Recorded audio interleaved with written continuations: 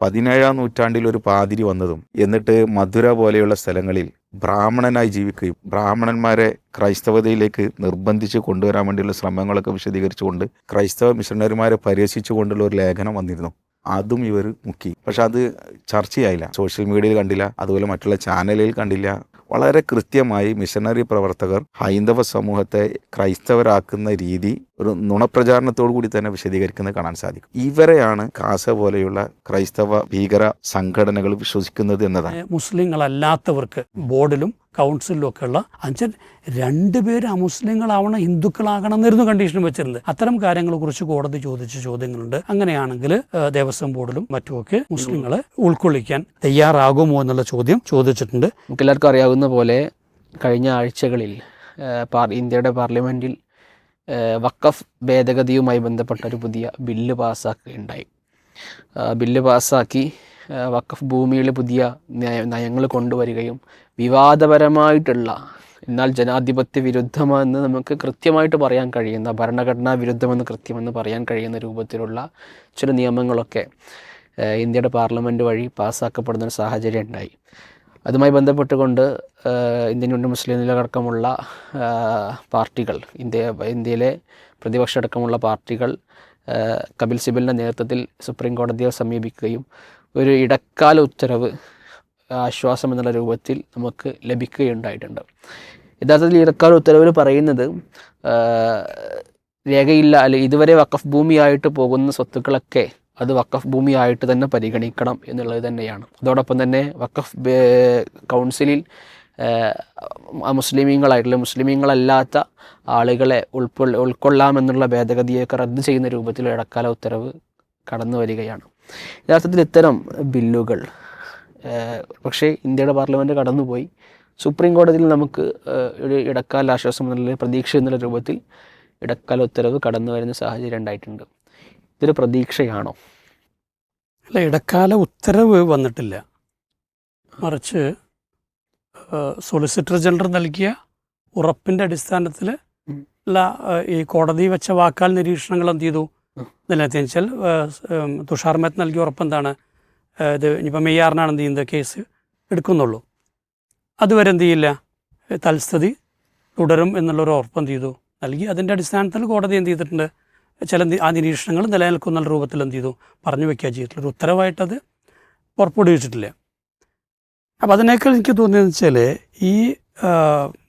ഈ കേസ് കോടതിയിലെത്തുകയും അതിൻ്റെ അനുബന്ധമായി നടന്ന കുറച്ച് വിഷയങ്ങളും കൂടെ എടുക്കുമ്പോൾ ചില കാര്യങ്ങളിൽ വ്യക്തത വന്നു എന്നുള്ളൊരു ഗുണമുണ്ട്. ഒന്നാമത്തേതെന്ന് വെച്ചാൽ ഇപ്പോൾ മുനമ്പം കേസിന് ഇത് പരിഹാരമല്ല എന്നുള്ളത് സമൂഹത്തിൻ്റെ മുൻപിൽ തുറന്നു വയ്ക്കപ്പെട്ടു എന്നുള്ളതാണ്. കാരണം ഇത് വന്ന് പിറ്റേ ദിവസം മോദിക്ക് നന്ദി പറയുന്നതിന് വേണ്ടി മുനമ്പം പ്രദേശത്ത് ജനങ്ങളൊക്കെ കൂടെ വിളിച്ചു കൂട്ടിയിട്ട് BJPൻ്റെ മെമ്പർഷിപ്പും കൊടുക്കാൻ വേണ്ടിയിട്ട് റെഡിയായി നിൽക്കുന്ന മീറ്റിങ്ങിൽ കിരൺ റിജ്ജു എന്ന് പറയുന്ന നിയമമന്ത്രി തന്നെ വന്ന് പറയുന്നു, നിങ്ങളുടെ പ്രശ്നത്തിന് ഇത് പരിഹാരമല്ല, കാരണം ഇതിന് മുൻകാല പ്രാബല്യം ഇല്ല. ഇത് എത്രയോ കാലമായി ഇവിടെ എല്ലാവരും ചോദിച്ചുകൊണ്ടിരിക്കുന്നുണ്ട്. പക്ഷേ അവിടെയൊക്കെ വളരെ കപടമായ രൂപത്തിൽ ഒരു ഭാഗത്ത് ഭരിക്കുന്ന പാർട്ടി അതിന് മൂടി വയ്ക്കാൻ ശ്രമിച്ചു. മാത്രമല്ല വേറൊരു ഭാഗത്ത് ഈ സഭകൾ പോലും ഈ യാഥാർത്ഥ്യത്തെ തുറന്ന് പറയാൻ തയ്യാറായില്ല. മറിച്ച് ചാനലുകളൊക്കെ തട്ടിവിട്ടുകൊണ്ടിരുന്ന ആ കള്ളത്തെ അതേപോലെ പൊലിപ്പിച്ച് നിർത്താനാണ് ശ്രമിച്ചത്. അതുകൊണ്ട് തന്നെ പെട്ടെന്ന് തന്നെ ആ ബലൂണിലെ കാറ്റം ചെയ്തു പോയി. ജനങ്ങളെ സംബന്ധിച്ചോളം അവർ നിരാശരായി. അപ്പോൾ സത്യത്തിൽ നമ്മൾ അന്നും ഇന്നും പറയുന്നൊരു കാര്യമുണ്ട്, അവിടെ ഏതെങ്കിലും ഒരു പാവപ്പെട്ടൊരു മത്സ്യത്തൊഴിലാളിയുടെ അവകാശം അത് നിഷേധിക്കപ്പെടുന്നുണ്ടെങ്കിൽ നമ്മൾ അവരോടൊപ്പമാണ്. അവർക്ക് നീതി കിട്ടണമെന്നുള്ളത് നിർബന്ധമാണ്. അതിനുള്ള പരിഹാര മാർഗങ്ങളാണ് ആവശ്യം, അതല്ലാതെ ഇത്തരം ഈ ഗിമ്മിക്കുകളല്ല.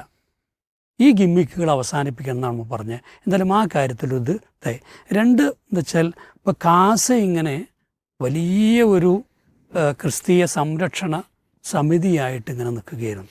അവരിപ്പോൾ ഇതിനകത്ത് എന്ത് ചെയ്തിട്ടുണ്ട്, ഇതിനെ അനുകൂലിച്ചുകൊണ്ട് സുപ്രീം കോടതിയിൽ പെറ്റീഷൻ പോയിട്ടുണ്ട്. അവരെന്താണ് മുസ്ലിം ലീഗിൻ്റെ എതിരെ ഇതിനാണെന്ന് പ്രത്യേകം പറയുകയും ചെയ്തിട്ടുണ്ട് അതിനകത്ത്.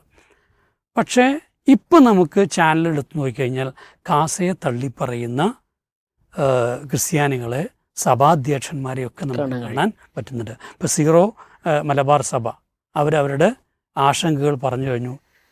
ലത്തീൻ കാത്തലിക്സിൻ്റെ അവരെന്താണ് തുറന്നു പറഞ്ഞിട്ടുണ്ട്. ഈവൻ കാത്തലിക്സ് ബിഷപ്പ് കൗൺസിൽ പോലും ഈ വിഷയത്തിൽ അവരുടെ നിരാശ പ്രകടിപ്പിക്കുകയും വീണ്ടും കാണാനുള്ള മറ്റേ അതിരൂക്ഷമായ രൂപത്തിൽ വിമർശിക്കുന്നുണ്ട്. കാസ വെറുപ്പ് വെച്ചാൽ ദീപിക പത്രം ഇവരൊക്കെ നിരാശ പറഞ്ഞു കഴിഞ്ഞു. പലരും കാസയാണ് ഈ ഭിന്നപ്പിന് വിത്ത് ഇട്ട് അത് വളമിട്ട് കൊടുത്ത് പരിപോഷിപ്പിക്കുന്നത്.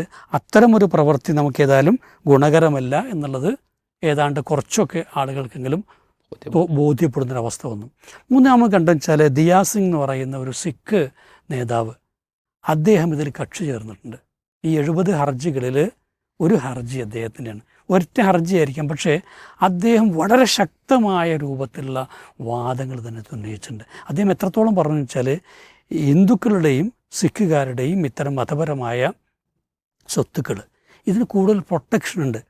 ഈ വഖഫ് ഇതൊക്കെ വന്നതോടെ നേരത്തെ തന്നെ എന്താ വെച്ചാൽ മുസ്ലിങ്ങളുടെ സ്വത്തിന് പ്രൊട്ടക്ഷനോ അവർക്കത് ഉപയോഗിക്കാനുള്ള സ്വാതന്ത്ര്യം പോലും കുറവായിരുന്നു എന്ന് പറഞ്ഞിട്ടുള്ളത്. അപ്പോൾ അതുകൊണ്ട് തന്നെ അതിൽ നീതി നിഷേധമുണ്ട്, ഭരണഘടനാപരമായി അത് ശരിയല്ല എന്ന്. അപ്പോൾ പുറത്തുനിന്നുള്ള ഒരാൾ ഇത്തരത്തിലൊരു ഹർജിയുമായിട്ട് കോടതിയെ സമീപിക്കുകയും അതിൽ കാര്യങ്ങൾ വ്യക്തമാക്കുകയും ചെയ്യുമ്പോൾ സാമാന്യ സത്യസന്ധതയോടെ ഈ കാര്യത്തെ നിരീക്ഷിക്കണം, പഠിക്കണം എന്ന് ആഗ്രഹിക്കുന്ന ഒരാൾക്ക് ഇതൊക്കെ കൂടുതൽ എന്ത് ചെയ്യാം, ഒന്ന് വായിച്ചു നോക്കാമെന്നുള്ളതിൽ യാതൊരു സംശയവുമില്ല.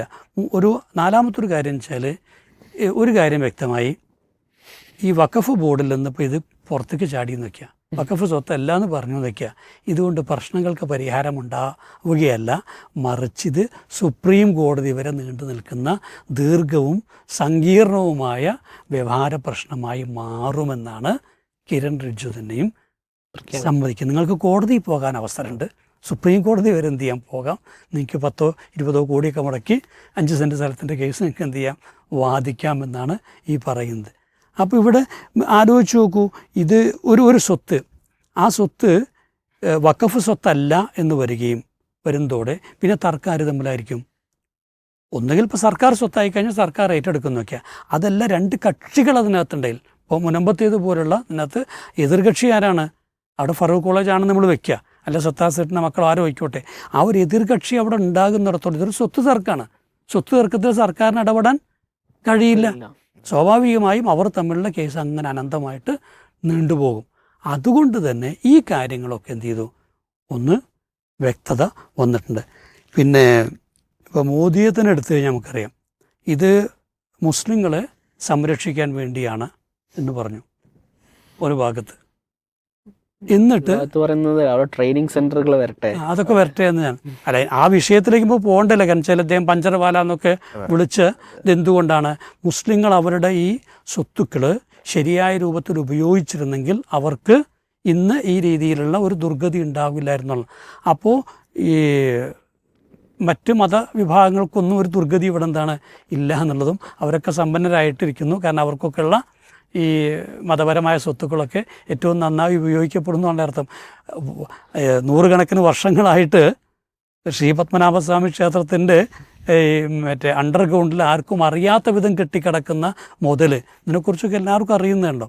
പക്ഷേ ഇവിടെ മോദി ഈ പറഞ്ഞിട്ട് ഇതിനെ സപ്പോർട്ട് ചെയ്യാൻ വേണ്ടിയിട്ടാണ് ഇവിടുത്തെ ബോറ മുസ്ലിംസിനെയും ഷിയ മുസ്ലിംസിനെയൊക്കെ എന്താണ് മുന്നോട്ട് കൊണ്ടുവന്ന് കെട്ടിച്ചമച്ച ചില ആരോപണങ്ങൾ ഉണ്ടാക്കിയിട്ട് ഞങ്ങളുടെയൊക്കെ സ്വത്ത് ഇവിടുത്തെ സുന്നി മുസ്ലിങ്ങൾ പിടിച്ചെടുത്തിരുന്നു, അതൊക്കെ ഞങ്ങൾക്ക് തിരിച്ചു കിട്ടാൻ മാത്രം വിശാലഹൃദയനായ ഒരു പ്രധാനമന്ത്രിയാണ് താങ്കളെന്ന്.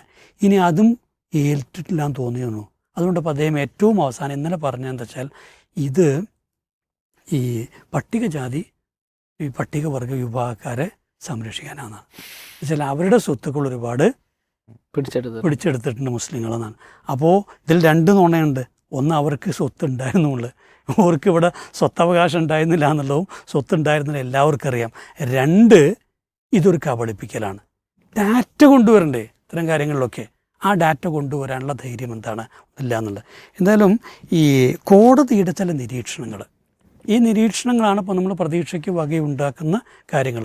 സത്യസന്ധമായ രൂപത്തിൽ കേസുകൾ കേൾക്കാൻ കോടതി തയ്യാറാവുകയും അത്തരം വാദമുഖങ്ങളൊക്കെ അംഗീകരിക്കുകയും ചെയ്യുകയാണെങ്കിൽ ഒരു പക്ഷേ നമുക്ക് പ്രതീക്ഷയ്ക്ക് വകയുണ്ട്. കാരണം എന്താണോ മുസ്ലിങ്ങൾ അല്ലെങ്കിൽ ഇതിനകത്തെ ജനാധിപത്യ വിരുദ്ധത, ഭരണഘടനാ വിരുദ്ധത ചൂണ്ടിക്കാണിച്ചവരൊക്കെ ഉന്നയിച്ച ചില കാര്യങ്ങളുണ്ട്.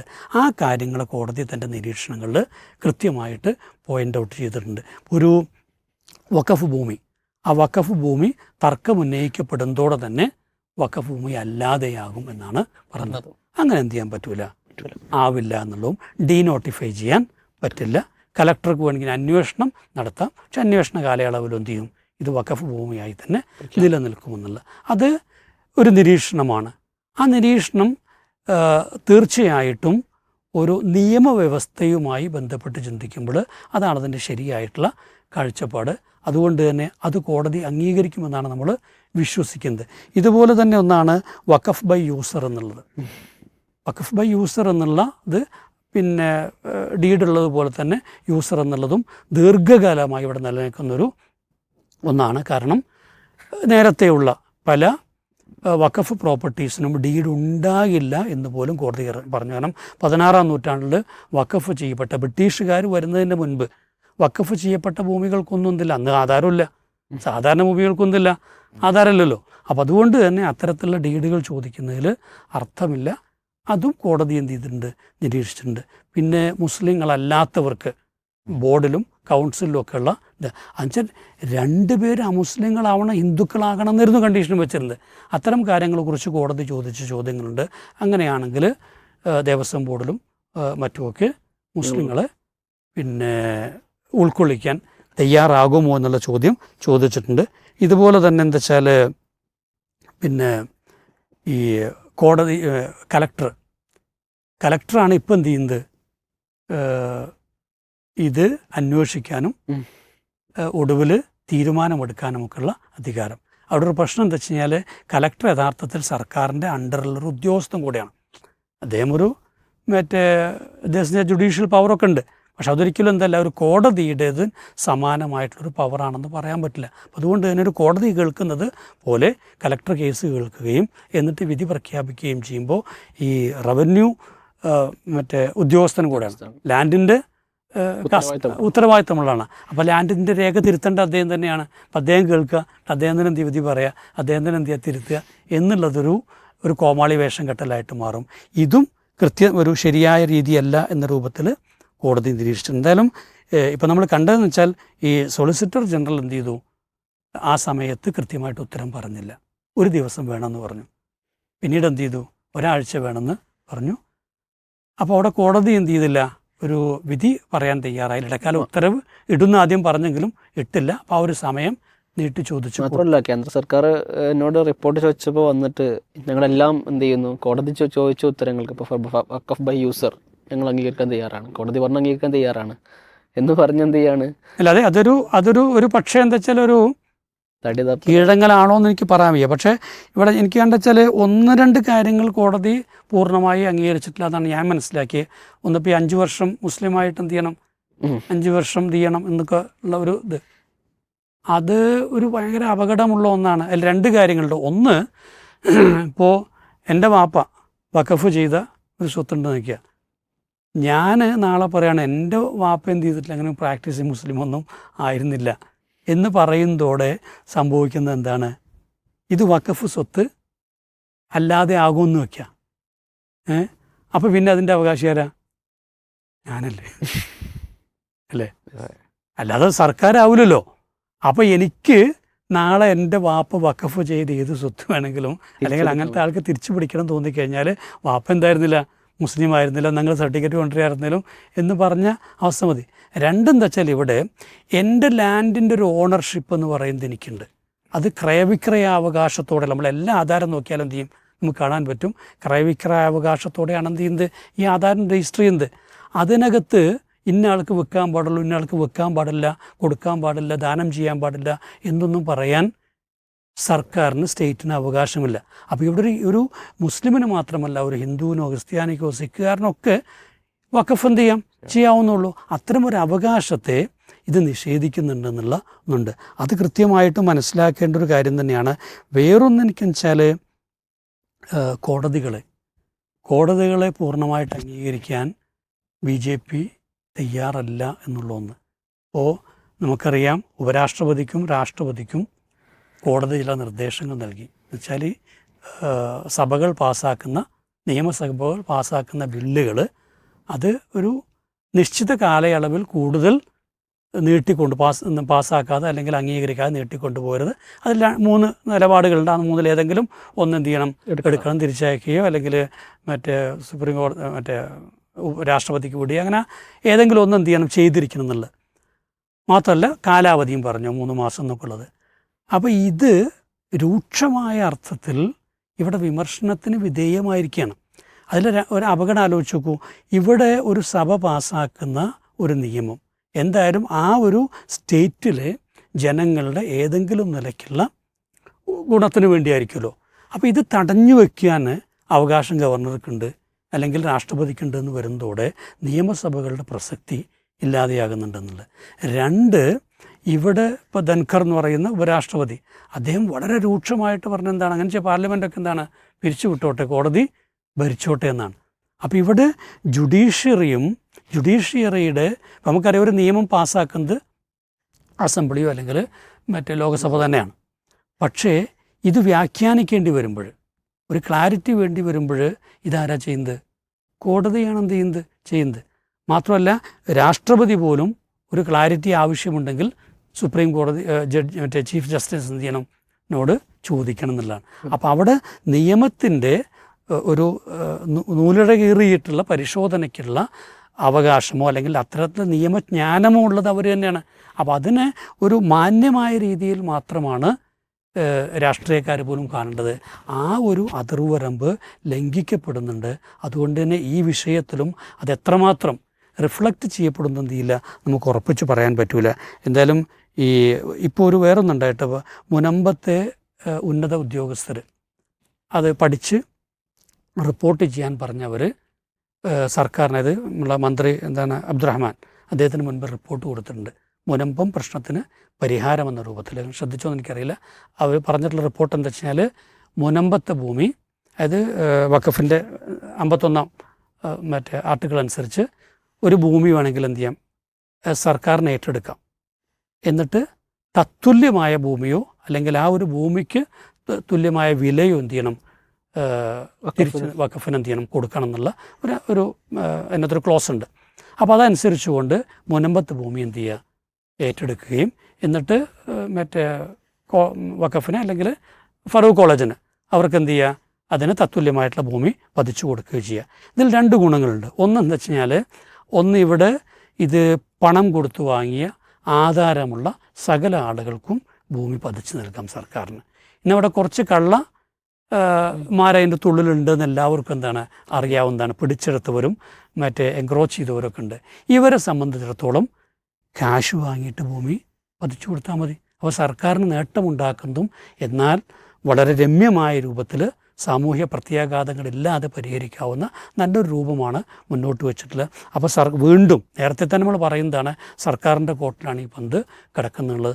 വലിച്ചു നീട്ടാതെ ഇതൊരു പരിഹാരത്തിലേക്ക് കൊണ്ടുപോകാൻ കഴിയുകയാണെങ്കിൽ ഇന്നീ പറയുന്ന ഗോഗോവിളികളും ആവശ്യമില്ലാത്ത വാദങ്ങളും ഒക്കെ എന്ത് ചെയ്യും, അവസാനിപ്പിക്കാൻ എന്ത് ചെയ്യും, കഴിയുമെന്നുള്ളൊരു ഗുണമുണ്ട്. ഈ ഒരു കാര്യം കൂടെ ഞാൻ പറയാം. ഇന്നിപ്പോൾ ഞാൻ നമ്മുടെ ഇന്ത്യ ടുഡേയിൽ കണ്ടതെന്ന് വെച്ചാൽ, ടൈം മാഗസിൻ എല്ലാ വർഷവും മോസ്റ്റ് ഇൻഫ്ലുവൻസീവ് 100 എന്നുള്ള ഒരു ലിസ്റ്റ് പ്രഖ്യാപിക്കും. അപ്പോൾ അങ്ങനെ 2025 ലിസ്റ്റ് പ്രഖ്യാപിച്ചിട്ടുണ്ട്. അപ്പോൾ നമ്മുടെ നാട്ടിലൊക്കെ ഏറ്റവും വലിയ പ്രചരണം എന്താ വെച്ചാൽ, ലോകത്തെ ഏറ്റവും വലിയ നേതാവ്, ലോകഗുരു, വിശ്വഗുരു ആരാണ്? നമ്മുടെ പ്രധാനമന്ത്രിയാണെന്നുള്ളതാണ്. പക്ഷേ ഇന്ത്യയിൽ നിന്ന് ഒരാൾ പോലും ഇല്ല എന്നുള്ളതാണ്. 2004 തൊട്ട് 21 വർഷമായിട്ട് ടൈം മാഗസിൻ ഇത് ചെയ്തുകൊണ്ടിരിക്കുന്നുണ്ട്. കഴിഞ്ഞ 21 വർഷവും ഇന്ത്യക്കാരുണ്ടായിട്ടുണ്ടെന്ന് പറയുന്നത്. ഇന്ന് പക്ഷേ 20% ലോകത്തെ മൊത്തം ജനസംഖ്യയുടെ 20% വരുന്ന ഈ ഒരു വലിയ രാജ്യത്ത് നിന്ന് ലോകത്തെ ഇൻഫ്ലുവൻസ് ചെയ്യാൻ കഴിയുന്ന ഒരൊറ്റ ആൾ പോലും ഇല്ലാതെയാക്കി തീർക്കാൻ BJPക്ക് കഴിഞ്ഞിട്ടുണ്ട് എന്നുള്ളതാണ്. നമ്മളെ ഏറ്റവും വേഗത്തിൽ വളരുന്ന എക്കോണമിയാണെന്ന് ഒരു ഭാഗത്ത് വാദം നടക്കുമ്പോൾ അതിൻ്റെ യാഥാർത്ഥ്യം എന്താണെന്ന് നമുക്ക് അറിയാം എന്നുള്ളതാണ്. ഇന്ത്യൻ പാസ്പോർട്ട് 190 രാജ്യങ്ങളിലെ പാസ്പോർട്ടുകളിൽ 148 സ്ഥാനത്ത്. ഒരു വ്ളോഗർ എന്ത് ചെയ്തു, ഈ പാസ്പോർട്ടുകൾ എടുത്തിട്ട് എന്ത് ചെയ്യരുത്, നിങ്ങൾ പല രാജ്യങ്ങളിലേക്കും പോകരുത്, നിങ്ങൾ അവിടെയൊക്കെ പിടിക്കുന്നതാണ് എന്ത് ചെയ്യുന്നത് പറയുന്നത്. അപ്പോൾ അത്രമാത്രം വില കുറഞ്ഞ പാസ്പോർട്ടാക്കി നമ്മുടെ ഇന്ത്യൻ പാസ്പോർട്ടിനെ മാറ്റി. ജനാധിപത്യത്തിൻ്റെ ഇൻഡെക്സിൽ, ദാരിദ്ര്യത്തിൻ്റെ ഇൻഡെക്സിൽ, പ്രസ് ഫ്രീഡത്തിൻ്റെ ഇൻഡെക്സിൽ, ഇങ്ങനെ തൊഴിലില്ലായ്മയുടെ ഇതിലെല്ലാം തന്നെ നമ്മൾക്ക് ധാരാളം പടി താഴോട്ടിറങ്ങാൻ കഴിഞ്ഞിട്ടുണ്ട്. ഇത്തരത്തിലുള്ള നിയമങ്ങൾ, വഖഫ് പോലെയുള്ള അല്ലെങ്കിൽ പൗരത്വ നിയമം പോലെയൊക്കെയുള്ള നിയമങ്ങളിലൂടെ ജനങ്ങളെ വലിച്ചഴച്ച്, ജനങ്ങളെ വിഭജിച്ച്, അവർക്കിടയിൽ വർഗീയത വളർത്തി ശരിക്കും ഈ രാജ്യം കുട്ടിച്ചോറായിക്കൊണ്ടിരിക്കുന്നു, അല്ലെങ്കിൽ പതനത്തിൽ നിന്ന് പതനത്തിലേക്ക് പോയിക്കൊണ്ടിരിക്കുന്നു എന്നുള്ള കൃത്യമായിട്ടൊരു സൂചനയാണ് നമുക്ക് ലഭിക്കുന്നത്. ഇത് കോടതി മനസ്സിലാക്കിയിട്ട് ഈ ഒരു വിഷയത്തിൽ ഈ വിഭജന രാഷ്ട്രീയത്തിനൊരു തടയിടുകയാണെങ്കിൽ അതായിരിക്കും കോടതി നൽകുന്ന ഏറ്റവും വലിയ പ്രതീക്ഷ, ഈ രാജ്യത്തിന് നൽകുന്ന ഏറ്റവും വലിയ സമ്മാനം. അതിന് സുപ്രീം കോടതിക്ക് കഴിയട്ടെ, നമുക്ക് പ്രാർത്ഥിക്കാം. തീർച്ചയായിട്ടും ഈ ഒരു നിയമം പാർലമെൻറ്റിൽ വരുമ്പോൾ യഥാർത്ഥത്തിൽ സുദീർഘമായ ഒരു ചർച്ച നടന്നിട്ടാണ് ഇത് പാസ്സാക്കുന്നത്. നമുക്ക് ശശി തരൂരടക്കമുള്ള MP-മാർ ട്വീറ്റ് ചെയ്യുന്ന സാഹചര്യമുണ്ട്. എൻ്റെ ജീവിതത്തിൽ ആദ്യമായിട്ടാണ് ഞാൻ ഈ ഒരു 2 മണിക്കോ 2 മണിക്ക് ഞാൻ പാർലമെൻറ്റിൽ എന്ത് ചെയ്യുന്നത്, സംസാരിക്കുന്നത്. ജീവിതത്തിൽ നിന്ന് വരെ എവിടെയും സംസാരിച്ചിട്ടില്ല എന്നുള്ളതാണ്. അത്രത്തോളം ഗൗരവ പ്രാധാന്യമായിട്ട് ചർച്ച ചെയ്ത് വോട്ടെടുപ്പിലൂടെ ഇതിൻ്റെ ഒക്കെ പാസ്സായി തിരിച്ചു വരുമ്പോൾ ഇതൊരു പ്രശ്നമായിട്ട് ഇങ്ങനെ മുമ്പിൽ നിൽക്കുമ്പോഴാണ് കോടതിയുടെ ഇത്തരത്തിലൊരു പ്രതീക്ഷ നൽകുന്ന ചില വാക്കുകൾ വരുന്നത്. യഥാർത്ഥത്തിൽ പ്രതീക്ഷയോടൊപ്പം വല്ല ആശയങ്ങൾ നമുക്കുണ്ടോ യഥാർത്ഥത്തിൽ? അതിൽ ഇവിടെ സൂചിപ്പിച്ച പോലെ തന്നെ ഈ വഖഫ് ഭേദഗതി നിയമം എന്ന് പറഞ്ഞാൽ അവർ മുസ്ലിങ്ങളുടെ ക്ഷേമത്തിന് വേണ്ടിയാണ് എന്ന് പ്രധാനമന്ത്രി ആണയിട്ട് പറയുന്നുണ്ട്. അപ്പോൾ അത് വളരെ സാധുക്കളായ പാവങ്ങളായ ആളുകൾക്ക് ഒരു സാമ്പത്തികമായ വികസനവും ക്ഷേമവുമാണ് ഉദ്ദേശിക്കുന്നതെന്ന് പ്രധാനമന്ത്രി പല രൂപത്തിൽ, നേരത്തെ പഞ്ചർവാല പോലെയുള്ള പ്രയോഗങ്ങളിലൂടെ ആണ് സമൂഹത്തോട് സംസാരിക്കുന്നത്. പക്ഷെ അവരുടെ ഉദ്ദേശം എന്താണ് എന്ന് കൃത്യമായി പറയുന്നുണ്ട്. നേരത്തെ മാഷി സൂചിപ്പിച്ച പോലെ തന്നെ ഇപ്പോൾ വഖഫ് ബൈ യൂസർ എന്ന് പറഞ്ഞ സംവിധാനം അത് നൂറ്റാണ്ടുകൾക്ക് മുമ്പേ ഉള്ള പള്ളിയും അതുപോലെ ഖബർസ്ഥാനിയും മദ്രസകളും മറ്റുള്ള സ്ഥാപനങ്ങളൊക്കെ ഉണ്ട്. അപ്പം അതിന് ആധാരം, അതിൻ്റെ രേഖയോ ഹാജരാക്കണമെന്ന് പറഞ്ഞാൽ കഴിയില്ല. അത് ഏത് സംഗതിയാണെങ്കിലും ഇപ്പോൾ ബ്രിട്ടീഷുകാരുടെ കാലത്തിന് മുമ്പേ ഉള്ള ആ നിലക്ക് യൂസ് ചെയ്തുകൊണ്ടിരിക്കുന്ന ഒരുപാട് പ്രോപ്പർട്ടികളുണ്ട്. അപ്പോൾ അത് കൃത്യമായി സുപ്രീം കോടതിയിൽ നിന്ന് കൃത്യമായ ഒരു സംസാരം അതിനെ പരാമർശിച്ചു കൊണ്ടുള്ള വാക്കുകൾ നമ്മൾ കേട്ടിട്ടുണ്ട്. പക്ഷേ ഇതേ സമയം തന്നെ ഈ ഒരു വഖഫായി യൂസർ എന്ന് പറഞ്ഞ ആ സംഗതി അത് തുടരുത് എന്ന് കോടതി പറയുമ്പോൾ തന്നെ UP-യിൽ, ഉത്തർപ്രദേശിൽ യോഗി ആദിത്യനാഥ് 58 ഏക്കർ സ്ഥലം മുസ്ലിങ്ങളുടെ വഖഫ് സ്ഥലം പിടിച്ചെടുത്തു. പള്ളിയും ഖബർസ്ഥാൻ അടക്കം, അതിൽ പള്ളിയുണ്ട്, ഖബർസ്ഥാനിയുണ്ട്, അതുപോലെ വീടുകളുണ്ട്. സാധുക്കളായ ആളുകൾക്ക് കൊടുത്ത വീടുകൾ അടക്കമുള്ള സ്ഥലങ്ങളൊക്കെ യോഗി പിടിച്ചെടുക്കുകയാണ്. എന്നിട്ട് സർക്കാർ ഭൂമിയാക്കി മാറ്റിയത്. അതിലൂടെ തന്നെ യഥാർത്ഥത്തിൽ സംഘപരിവാരം എന്താണ് ഇതുകൊണ്ട് ഉദ്ദേശിക്കുന്നത് എന്ന് കൃത്യമാണ്. അപ്പോൾ മാത്രമല്ല, നേരത്തെ മാഷ് സൂചിപ്പിച്ചതുപോലെ മുനമ്പം പോലെയുള്ള സംവിധാനങ്ങൾ, അങ്ങനെയുള്ള വഖഫ് ഭൂമികൾ ഫറൂഖ് കോളേജിൻ്റെതാണെന്നൊക്കെ കൃത്യമായൊരു വിവരാവകാശ പ്രകാരം നേടിയെടുത്തിട്ടുള്ള സംഗതികളിലൊക്കെ ശരിക്കും അത് ഫറൂഖ് കോളേജിൻ്റെ വഖഫ് ഭൂമി തന്നെയാണ് എന്നൊക്കെയുള്ള പരാമർശങ്ങൾ കാണാൻ പറ്റും. അപ്പോൾ ഞാൻ പറഞ്ഞു വന്നത്, യഥാർത്ഥത്തിൽ അവിടെയുള്ള ക്രിസ്ത്യൻ കമ്മ്യൂണിറ്റിക്ക് ഒരു പ്രതീക്ഷ നൽകിക്കൊണ്ടാണ് BJP-യും പ്രവർത്തിച്ചു കൊണ്ടിരുന്നത്. ഞാൻ അവസാന കേന്ദ്രമന്ത്രി വന്നുകൊണ്ട് അതിൻ്റെ നിജസ്ഥിതി പറഞ്ഞപ്പോഴാണ് അവർ ലഭ്യരായത്. ഞങ്ങൾ വഞ്ചിക്കപ്പെട്ടു എന്ന് പോലും സമര സമിതിയിൽപ്പെട്ട ആളുകൾ പറഞ്ഞു. അപ്പോൾ ഈ കാസ പോലെയുള്ള തീവ്രവാദ സംഘടനകൾ ഇവിടെയുള്ള ഈ സംഘപരിവാരങ്ങൾ തങ്ങളെ സഹായിക്കുന്നു എന്ന പ്രതീതി വരുത്താൻ വേണ്ടിയുള്ള ശ്രമങ്ങൾ സ്വാഭാവികമായിട്ടുണ്ട്. അതിനിടക്കാണ് ഈ വഖഫ് ഭൂമി മുഴുവനും പിടിച്ചടക്കിയതിന് ശേഷം പിന്നീട് ഇവരുടെ ദ്രംഷ്ടങ്ങൾ നീങ്ങാൻ പോകുന്നത് ക്രൈസ്തവരുടെ നേർക്കാണ്. അതാണ് ഓർഗനൈസറിൽ വന്നിട്ട് പ്രത്യക്ഷപ്പെട്ടുള്ള ലേഖനം പിന്നീട് പിൻവലിക്കുകയും ചെയ്തത്. ഏകദേശം 17.29 കോടി ഏക്കർ സ്ഥലം ക്രൈസ്തവ സഭയുടെ കയ്യിലുണ്ട് എന്നാണ് അതിൽ കൃത്യമായി പറയുന്നത്. അപ്പോൾ യഥാർത്ഥത്തിൽ അതിൻ്റെ അർത്ഥം അടുത്ത സ്റ്റെപ്പ് അങ്ങോട്ടാണ്. അതെ ആ ലേഖനം വന്നപ്പോഴാണ് പല ക്രിസ്തീയ പുരോഹിതന്മാരും പറയുന്നത് ക്രൈസ്തവ സഭയുടേത് അത് അവർ അധ്വാനിച്ചുണ്ടാക്കിയതാണ്. അതെ നല്ല രൂപത്തിലുള്ള പ്രസ്താവനകളൊക്കെ വരുന്നത് അപ്പോഴാണ് അവർ യാഥാർത്ഥ്യം മനസ്സിലാവുന്നത്. അത് ഈ ഗോൾവാൾക്കറിൻ്റെ വിചാരധാരയിൽ പറഞ്ഞിട്ടുള്ള 3 ശത്രുക്കളിൽ രണ്ടാമനാണ് ശരിക്ക് ഈ ക്രൈസ്തവർ. അതുകൊണ്ട് തന്നെ ഒന്നാമത്തെ പിന്നെ ശത്രു മുസ്ലിമിനെ മാക്സിമം അവർ പ്രയാസപ്പെടുത്തേണ്ടതിൽ അപ്പുറം കഴിഞ്ഞു എന്നാണ്. അതിൽ പിന്നെ രാംപുനിയാനെ പോലെയുള്ള എഴുത്തുകാർ ആ വിഷയം പറയുന്നുണ്ട്. ഇനി മുസ്ലിങ്ങളെ സംബന്ധിച്ചിടത്തോളം ഇനി സഹിക്കാൻ അപ്പുറം ഇല്ല, അതിന് മാത്രം പ്രയാസപ്പെടുത്തിയിട്ടുണ്ട്. ഇനി രണ്ടാമത്തത് ഇവർ തന്നെയാണ്. 90 മുതൽ ക്രൈസ്തവർ അവർ ആക്രമിച്ചുകൊണ്ടിരിക്കുന്നത് പല സ്ഥലങ്ങളിൽ. മണിപ്പൂർ മാത്രമല്ല, ഇപ്പോൾ ഇന്നലത്തെ ദിവസങ്ങളിൽ പോലും ഉത്തരേന്ത്യയിൽ പല സംസ്ഥാനങ്ങളിൽ ആക്രമണങ്ങൾക്ക് വിധേയമായി. ഡൽഹിയിൽ എന്ത് ചെയ്തു, മറ്റേ ഓശാന പെരുന്നാൾ എന്ത് ചെയ്തു, തടഞ്ഞു. അലഹബാദിൽ അടുത്ത് എന്താണ് ഒഡാവ എന്ന് പറഞ്ഞ സ്ഥലത്ത് എന്ത് ചെയ്തു, ചർച്ചിൽ കയറിയിട്ട് ഒരു ആക്രമിച്ച് കയറി. അപ്പം അതിലൊരു തമാശയായിട്ട് എനിക്ക് തോന്നിയത് സംഭവം വെച്ചാൽ ഈ ഏപ്രിൽ 3-ാം തീയതിയാണ് ഓർഗനൈസർ ഈ ലേഖനം പുറത്തിട്ടത്. പിന്നീട് അവർ പിൻവലിച്ചു. എന്നാൽ ഏപ്രിൽ 4-ാം തീയതി വേറൊരു ലേഖനം കൂടി വന്നിട്ടുണ്ടായിരുന്നു. ആ ലേഖനത്തിൽ ഇന്ത്യയിൽ ക്രൈസ്തവ സഭ മതപരിവർത്തനം നടത്തിയിട്ടുള്ള സംഭവങ്ങൾ വിശദീകരിച്ചുകൊണ്ടുള്ള സംഗതിയാണ്.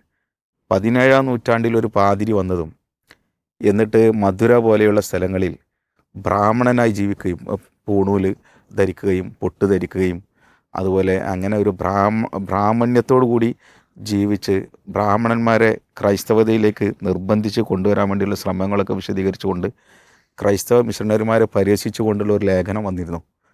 അത് ഏപ്രിൽ 4-ന്. അതും ഇവർ മുക്കി. പക്ഷെ അത് ചർച്ചയായില്ല. ഒരു പിന്നെ സോഷ്യൽ മീഡിയയിൽ കണ്ടില്ല, അതുപോലെ മറ്റുള്ള ചാനലിൽ കണ്ടില്ല, മറ്റുള്ള വാർത്താ മാധ്യമങ്ങളിലൊന്നും ആ വിഷയം വന്നിട്ടില്ല. വളരെ കൃത്യമായി മിഷണറി പ്രവർത്തകർ ഹൈന്ദവ സമൂഹത്തെ ക്രൈസ്തവരാക്കുന്ന രീതി അങ്ങനെ ഒരു നുണപ്രചാരണത്തോടു കൂടി തന്നെ വിശദീകരിക്കുന്നത് കാണാൻ സാധിക്കും. ഇവരെയാണ് ഈ കാസ പോലെയുള്ള ക്രൈസ്തവ ഭീകര സംഘടനകൾ വിശ്വസിക്കുന്നത് എന്നതാണ്. എന്നാൽ ശരിക്കും നമ്മളെ കേരളത്തെ സംബന്ധിച്ചിടത്തോളം കുറച്ചുകൂടി വിദ്യാസമ്പന്നരായ ഒരു കമ്മ്യൂണിറ്റിയാണ് ക്രൈസ്തവർ. അപ്പോൾ അവർ കൂടി അതിൽ വിശ്വസിക്കുമെന്ന് പറയുമ്പോൾ ഈ കാസയുടെ കുതന്ത്രവും അതുപോലെ തന്നെ ഇവരുടെ കെണിയിലൊക്കെ അവർ പെടുമെന്ന് പറയുമ്പോൾ വലിയൊരു അത്ഭുതം തന്നെയാണ്. അപ്പോൾ ഞാൻ പറഞ്ഞു വന്നത് ഈ നിലക്ക് ക്രൈസ്തവർ പിന്നെ ഈ സംഘപരിവാരങ്ങൾ തമ്മിലുള്ള ഒരു അലയൻസ് ഇതിൽ നടക്കുന്നു എന്ന് പറയുമ്പോൾ സ്വാഭാവികമായിട്ട് അതിലൊരു വിരോധാഭാസം ഉണ്ട് എന്ന് പറയാൻ വേണ്ടിയാണ് സൂചിപ്പിച്ചത്. ഇപ്പോൾ ഇവിടെ ആശങ്ക എന്ന് പറയുന്നത്, ഇപ്പോൾ നമ്മൾ ബാബരി മസ്ജിദിൻ്റെ ഒരു പിന്നെ വിധി വന്നു. ബാബരി മസ്ജിദ് വിധി പ്രഖ്യാപിക്കുന്നതിന് മുമ്പ് ഒരുപാട് നിരീക്ഷണങ്ങളാണ് നമ്മൾ കേട്ടത്. ആ നിരീക്ഷണങ്ങളിൽ അധികവും ബാബരി മസ്ജിദ് തകർക്കപ്പെടാതിരിക്കാവുന്ന ഒരുപാട് സാഹചര്യങ്ങളെ വിശദീകരിച്ചു. പക്ഷെ വിധി വന്നപ്പോൾ മറ്റൊന്നായി മാറി. ആ നിലക്കുള്ള ഒരു ആശങ്ക പൊതുവായിട്ട് മുസ്ലിം കമ്മ്യൂണിറ്റിക്കുണ്ട്. പ്രത്യേകിച്ച് സുപ്രീം കോടതി, അതേപോലെ തന്നെ രാഷ്ട്രപതി, അതായത് ഉപരാഷ്ട്രപതിൻ്റെയൊക്കെ കമാൻഡുകളൊക്കെ നമ്മൾ കേൾക്കുകയും പേടിയോട് കൂടിയിട്ടാണ് സ്വാഭാവികമായിട്ട് മറ്റുള്ള ന്യൂനപക്ഷങ്ങൾ അതിന് കേൾക്കുക. ആ നിലക്കുള്ള ആളുകളാണ് ഇതിൻ്റെ തലപ്പത്തുണ്ട് എന്നുള്ളത് കൊണ്ട് തന്നെ ഇങ്ങനെയുള്ള നിരീക്ഷണങ്ങളിൽ ആശ്വസിക്കാനുള്ളൊരു വക കാണുന്നില്ല. അതുകൊണ്ട് ആത്മാർത്ഥമായ ഒരു പ്രാർത്ഥനയും അതേപോലെ തന്നെ ആ നിലക്കുള്ള ഒരു ജനങ്ങളുടെ മനസ്സിലേക്ക് ഇതിൻ്റെ യാഥാർത്ഥ്യങ്ങൾ എത്തിച്ചു കൊടുക്കാനുള്ള പ്രവർത്തനവുമാണ് യഥാർത്ഥത്തിൽ വേണ്ടത് എന്നതാണ് എൻ്റെ അഭിപ്രായം. തീർച്ചയായിട്ടും. എന്തായാലും ആ പ്രതീക്ഷകൾ ഏറ്റവും നല്ല രൂപത്തിൽ മുന്നോട്ട് പോയി വഖഫിൽ ജനാധിപത്യപരവും ഭരണഘടനാപരവുമായിട്ടുള്ള ഏറ്റവും നീതിയുള്ള ഒരു വിധി ഉണ്ടാകട്ടെ എന്ന് ആശംസിക്കുകയാണ്, പ്രാർത്ഥിക്കുകയാണ്.